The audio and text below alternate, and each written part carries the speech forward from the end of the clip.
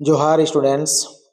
पिछले 2-3 वीडियोस से मैं झारखंड मुख्यमंत्री मेधा छात्रवृत्ति योजना परीक्षा 2026 के संबंध में आप लोगों से बातचीत कर रहा हूं। आज मैं एक बार फिर से आप लोगों को इस पेपर कटिंग के माध्यम से जो सबसे इम्पोर्टेंट न्यूज़ यहाँ पे मुझे लगा वो दिखलाता हूँ, पढ़ के सुनाता हूँ। और साथ ही परीक्षा के पाठ्यक्रम को लेकर के जो बातचीत मैं नहीं कर सका था, वो पाठ्यक्रम के बारे में भी आज बातचीत करूँगा। सबसे पहले आप यहाँ पे देखें दाहिने तरफ देखें, जो यहाँ पे मुझे लगा कि काफ़ी इम्पोर्टेंट है, आप लोगों को जानना चाहिए। यहाँ पे देखिए लिखा हुआ है 5000 के चयन का लक्ष्य पर खाली रह जाती है सीटें। मुख्यमंत्री मेधा छात्रवृत्ति के लिए निर्धारित सीट के अनुरूप विद्यार्थी परीक्षा में सफल नहीं हो पाते हैं। छात्रवृत्ति के लिए निर्धारित लगभग आधी सीट प्रति वर्ष रिक्त रह जाती है, ठीक है ना। वर्ष 2025 में छात्रवृत्ति परीक्षा में शामिल होने के लिए 23,455 विद्यार्थियों ने आवेदन जमा किया था। इनमें से 15,264 विद्यार्थी परीक्षा में शामिल हुए थे, यानी कि लगभग 8,000 स्टूडेंट एब्सेंट हो जाते हैं। आगे लिखा है छात्रवृत्ति के लिए प्रति वर्ष 5,000 बच्चों के चयन का प्रावधान है, लेकिन सिर्फ 852 बच्चे ही चयनित हो सके। यही मैं आप लोगों को पढ़ के सुनाना चाहता था, इसी की तरफ आपका ध्यान आकृष्ट कराना चाहता था कि 5,000 विद्यार्थियों का चयन का प्रावधान है, लेकिन देखें पिछले साल सिर्फ और सिर्फ 852 बच्चे ही चयनित हो पाए थे, ठीक है ना। 4,148 सीटें रिक्त रह गई थी। आप समझ सकते हैं कि जो भी स्टूडेंट्स यह फॉर्म भरते हैं, तैयारी अगर ढंग से करते हैं तो वो कितना आसानी से इसे क्वालिफाई कर सकते हैं, ठीक है। अब आप देख लें परीक्षा का पाठ्यक्रम आप लोगों को देखना बेहद ज़रूरी है। पाठ्यक्रम आप देख लेते हैं, समझ लेते हैं तो आपको तैयारी करने में इससे ज़्यादा सहायता मिलेगी, ठीक है। तो देखा जाए यहाँ पे पाठ्यक्रम झारखंड मुख्यमंत्री मेधा छात्रवृत्ति योजना परीक्षा 2026 का पाठ्यक्रम। यहाँ पे सबसे पहले लिखा हुआ है परीक्षा 2 खंडों में आयोजित की जाएगी, ठीक है ना। परीक्षा 2 खंडों में आयोजित की जाएगी। 2 खंडों में परीक्षा जरूर आयोजित की जाएगी, लेकिन परीक्षा एक ही बैठक में होगी। एक ही बैठक में आपको दोनों खंड का परीक्षा देना पड़ेगा, ठीक है। प्रत्येक खंड 90 मिनट का होगा एवं वस्तुनिष्ठ प्रकृति के होंगे, ठीक है। 2 खंड में परीक्षा होगा, प्रत्येक खंड 90 मिनट का होगा और एक ही बैठक में होगा, ये आप समझ लें, ठीक है। प्रश्न जो होगा वो वस्तुनिष्ठ प्रकृति का होगा, ऑब्जेक्टिव टाइप का होगा।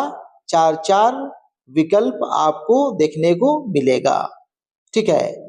खंड 1 में है, खंड 1 में बौद्धिक योग्यता परीक्षा, अंग्रेजी में कहते हैं मेंटल एबिलिटी टेस्ट।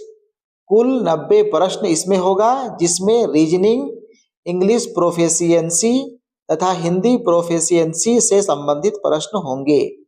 विद्यार्थियों की बौद्धिक तार्किक क्षमता को परखने हेतु रीजनिंग अंतर्गत analogy, classification, numerical series, pattern, perception, hidden figures आदि से संबंधित प्रश्न समाहित होंगे, ठीक है ना।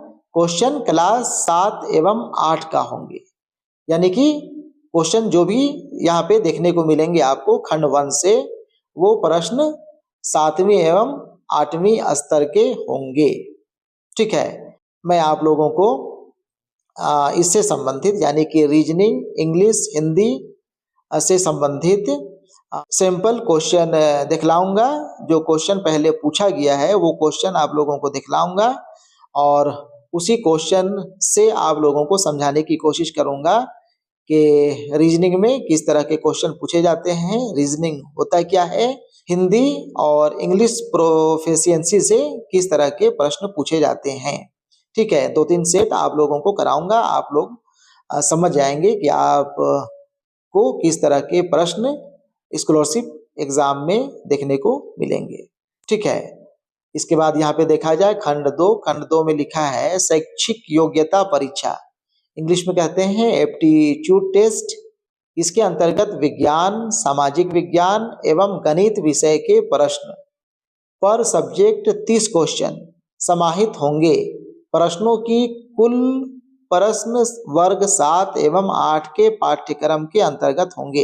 यहाँ पे आखिरी सेंटेंस थोड़ा सा गलत टाइप हो गया है, यहाँ पे होना चाहिए प्रश्नों की कुल संख्या 90 होगी और प्रश्न जो होगा वो 7वीं एवं 8वीं के पाठ्यक्रम के अनुरूप होगा। ठीक है, तो खंड 2 से भी कुल 90 प्रश्न पूछे जाएंगे। खंड 1 की ही तरह प्रत्येक खंड से 90 प्रश्न 90 नंबर के होंगे और प्रत्येक खंड में जो 3 विषय दिया हुआ है वो कुल मिलाकर के 6 विषय से आपको 30 प्रश्न देखने को मिलेंगे। बात समझ गए? खंड 1 3 सब्जेक्ट है, 3 पोर्शन है, तीनों सब्जेक्ट से आपको 30 क्वेश्चन होंगे। उसी तरह खंड 2 में भी 3 सब्जेक्ट है, विज्ञान, सामाजिक विज्ञान और गणित, यहाँ से भी आपको 30 प्रश्न देखने को मिलेंगे। कुल मिलाकर के दोनों खंड से 90 यानी कि 180 प्रश्न 180 नंबर के पूछे जाएंगे। ठीक है, आगे देखा जाए। आगे यहाँ पे लिखा है छात्रवृत्ति के लिए चयन पर विचार हेतु आयोजित होने वाली प्रतियोगिता परीक्षा में छात्र छात्रा को न्यूनतम 60% अंक तथा प्रत्येक खंड में 40%, SC/ST छात्र छात्रा के लिए 35% अंक प्राप्त करना अनिवार्य होगा। बात समझ गए? ये काफी इम्पोर्टेंट सेंटेंस है और इसी से रिलेटेड न्यूज मैं आप लोगों को पढ़ करके सुनाया भी कि स्टूडेंट्स क्यों कर जो प्रावधान है कि 5000 कुल स्टूडेंट्स का चयन स्कॉलरशिप हेतु किया जाना है, वो 5000 स्टूडेंट्स का चयन भी नहीं हो पाता। पिछले वर्ष लगभग 850 स्टूडेंट का ही चयन हुआ था और चयन पूरा का पूरा नहीं होने का एकमात्र वजह यही है। यहाँ पे आप देखें, ओवरऑल आपको प्रतियोगिता परीक्षा में 60% नंबर लाना ही होगा। 60% से कम नंबर अगर स्टूडेंट्स लाते हो तो आपका चयन स्कॉलरशिप के लिए नहीं होगा।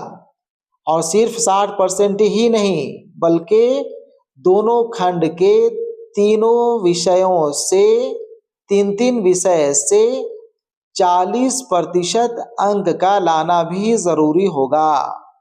बात समझ गए? यानी कि आपको रीजनिंग में कम से कम 40% नंबर जरूर से जरूर लाना होगा। हिंदी में, इंग्लिश में, विज्ञान में, मैथ में, सामाजिक विज्ञान में, इन सभी विषयों में कम से कम 40% अंक लाना आवश्यक होगा।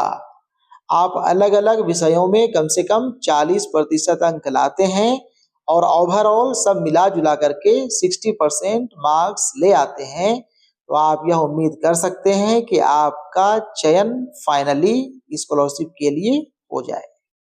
बात समझ गए? इसीलिए आपको सिलेबस देख करके पाठ्यक्रम के अनुरूप तैयारी करने की जरूरत है। ठीक है, मैं भी कोशिश करूंगा कि आप लोगों को इसमें कुछ सहायता करूं, 2-3 मॉडल क्वेश्चन जरूर से जरूर कराऊं ताकि आपको फाइनल एग्जाम की तैयारी में सहायता मिले।